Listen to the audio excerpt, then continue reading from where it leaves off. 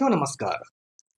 पटना बिहार से मैं Amitabh Kumar Das, IPS 94 batch, और आप देख रहे हैं मेरा अपना यूट्यूब चैनल दास बोले बिंदास। इस चैनल में मैं आपको ऐसी जानकारियां भी देता हूं जिनको जानना जरूरी है, लेकिन जिनको ज़्यादातर लोग नहीं जानते। आज मैं आपको प्राचीन विक्रमशिला विश्वविद्यालय के बारे में बताऊंगा, जो आज के बिहार के भागलपुर में स्थित था। ये बहुत रोचक और ज्ञानवर्धक वीडियो है, इसको आखिर तक दिल थाम कर देखिए। साथियों, ये जो विक्रमशिला विश्वविद्यालय था, इसकी स्थापना पाल वंश के राजा धर्मपाल ने की थी। बंगाल में पाल वंश के राजा हुआ करते थे, और उन दिनों आज का जो ये बिहार है, झारखंड, उड़ीसा वगैरह सब उन्हीं के अधीन आता था। और ये जो धर्मपाल थे, इनके जो पिता थे गोपाल, वो भी बहुत ज़्यादा, आप कह सकते हैं, विद्या के व्यसनी थे, और उन्होंने उदंतपुरी विश्वविद्यालय की स्थापना की थी, जो आज के बिहार शरीफ में था। और धर्मपाल ने विक्रमशिला विश्वविद्यालय की बुनियाद डाली।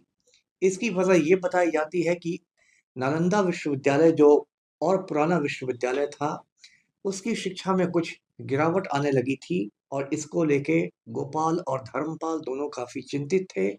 इसलिए पिता ने उदंतपुरी यूनिवर्सिटी की स्थापना की और बेटे ने विक्रमशिला यूनिवर्सिटी की।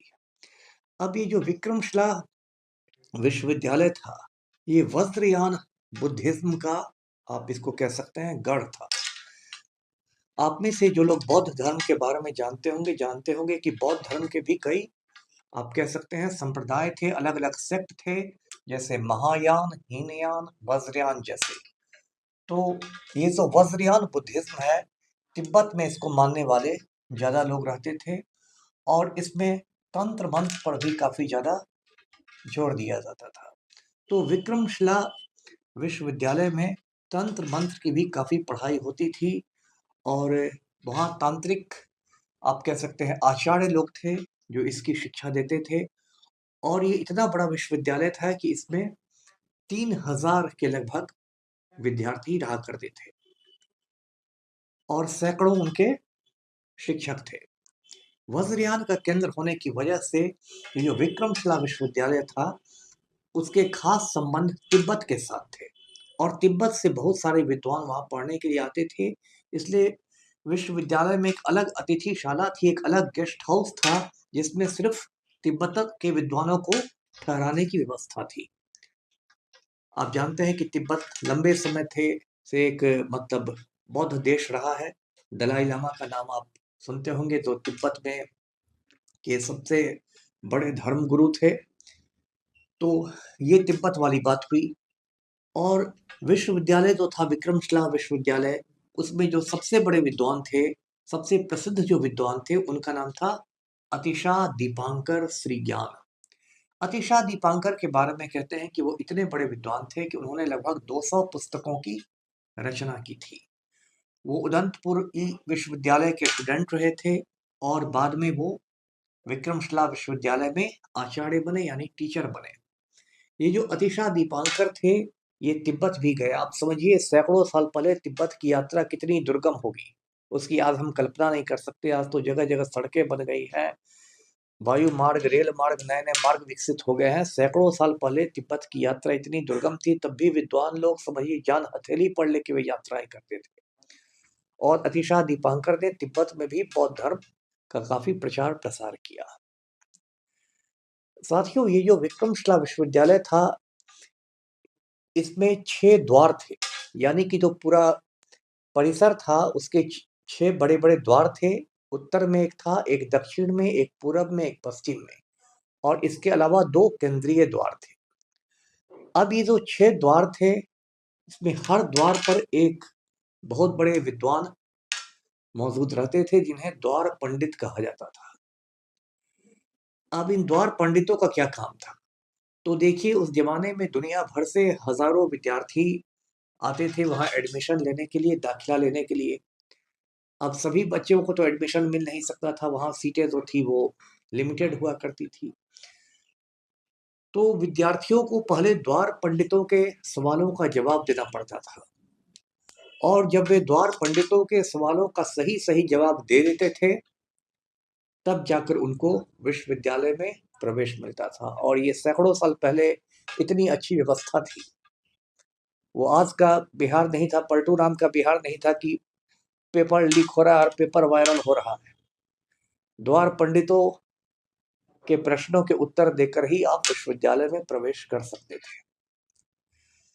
साथियों, ये जो विक्रमशिला विश्वविद्यालय था, ये सैकड़ों सालों तक काफी फला फूला और नालंदा विश्वविद्यालय को टक्कर देने लगा था। 12वीं सदी आते आते इस विश्वविद्यालय का थोड़ा पतन शुरू हो गया था। इसकी कई वजहें थी। एक तो ये वजह थी कि यहाँ बौद्ध धर्म की शिक्षा दी जाती थी खास के, और उस समय के जो हिंदू राजा थे, उन राजाओं की आंख में ये किरकिरी बन गया था। वो लोग नहीं चाहते थे कि ये बौद्ध विश्वविद्यालय फले फूले। इसके अलावा 12वीं सदी में ही बख्तियार खिलजी का हमला हुआ। आपको पता होगा कि उसी ने नालंदा विश्वविद्यालय को नष्ट किया, और बख्तियार खिलजी ने ही विक्रमशिला विश्वविद्यालय को भी नष्ट कर दिया था। और जिस तरह से नालंदा विश्वविद्यालय के पुस्तकालय में आग लगा दी थी, उसी तरह उसने विक्रमशिला विश्वविद्यालय के पुस्तकालय को भी जला दिया। इस तरह 12वीं सदी आते आते विक्रमशिला विश्वविद्यालय नष्ट हो गया। साथियों, ये विक्रमशिला विश्वविद्यालय बहुत समय तक, मतलब आप कह सकते हैं, इतिहास के गर्भ में रहा। लोग उसके बारे में ज़्यादा जानते नहीं। फिर आपने महापंडित राहुल सांकृत्यायन का नाम सुना होगा। वो बहुत बड़े विद्वान थे, और तिब्बत जाके उन्होंने बहुत बहुमूल्य पांडुलिपियां भी लाई। जो पटना संग्रहालय है, पटना म्यूजियम, उसमें एक अलग राहुल गैलरी ही है, जिसमें राहुल सांकृत्यायन ने तिब्बत से जो चीज़ें लाई थी, उनका संकलन है, उनको प्रदर्शित किया गया है। राहुल सांकृत्यायन ने विक्रमशिला विश्वविद्यालय पर काफी अध्ययन किया, और उन्होंने कहा कि ये विश्वविद्यालय सुल्तानगंज के आसपास कहीं होगा। लेकिन राहुल सांकृत्यायन के जीवन काल में खुदाई प्रारंभ नहीं हुई। विक्रमशिला विश्वविद्यालय की ठीक तरीके से खुदाई 1986 में प्रारंभ हुई, और उसके बाद उस विश्वविद्यालय का खंडहर निकला, जो आज का जो भागलपुर है, उसमें कहलगांव रेलवे स्टेशन जो है, उसके करीब एक अंटीचक गांव है। उसी अंटीचक गांव में आप इसके खंडहर देख सकते हैं। मुझे भी एक बार इन खंडहरों को देखने का मौका मिला था। मैं जब जमालपुर में तैनात था, तो भागलपुर में मैं गया था एक केस देखने के लिए, और कहलगांव में मैं एनटीपीसी गेस्ट हाउस में रुका, और उसके बाद मैंने जाकर इस पूरे विश्वविद्यालय का भ्रमण किया। वहाँ एक छोटा सा संग्रहालय भी है, छोटा सा म्यूजियम भी है, जिसमें जो अवशेष में खुदी चीजें मिली उनको रखा गया है। उसके पास ही एक बटेश्वर नाथ का टीला था। आज भी बटेश्वर नाथ का टीला उसको कहते हैं। वहां से बहुत सारी चीजें जो विक्रमशिला विश्वविद्यालय से संबंधित थी, वे चीजें खुदाई में मिली थी। साथियों, विक्रमशिला विश्वविद्यालय पर एक बहुत अच्छी पुस्तक है, आपको मौका मिले तो जरूर पढ़ें। वो पुस्तक एक बहुत बड़े इतिहासकार थे बिहार के, श्री राधा कृष्ण चौधरी जी, उन्होंने लिखी है। श्री राधा कृष्ण चौधरी के परिवार के साथ मेरे परिवार के, मतलब आप कह सकते हैं, पारिवारिक संबंध रहे। जब मैं छोटा बच्चा हुआ करता था बेगूसराय में, तब वो बेगूसराय के मशहूर जीडी कॉलेज में इतिहास पढ़ाया करते थे, और हमारे घर उनका आना जाना था। बहुत बड़े इतिहासकार थे बिहार के। तो उन्होंने विक्रमशिला विश्वविद्यालय पर एक किताब लिखी है। कभी मौका मिले तो इसको आप जरूर पढ़िएगा। साथियों, आपको मैं ये वीडियो इसलिए दिखा रहा हूँ क्योंकि आज का जो हिंदुस्तान है, वो एक बहुत ही अंधेरे के दौर से गुजर रहा है।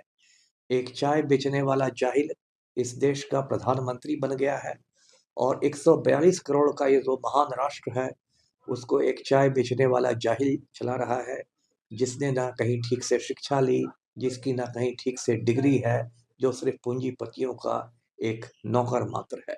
लेकिन इसी देश में एक समय में विक्रमशिला विश्वविद्यालय जैसे अध्ययन के केंद्र हुआ करते थे। इस वीडियो को लाइक कीजिए, शेयर कीजिए, चैनल को सब्सक्राइब कीजिए। धन्यवाद। जय हिंद।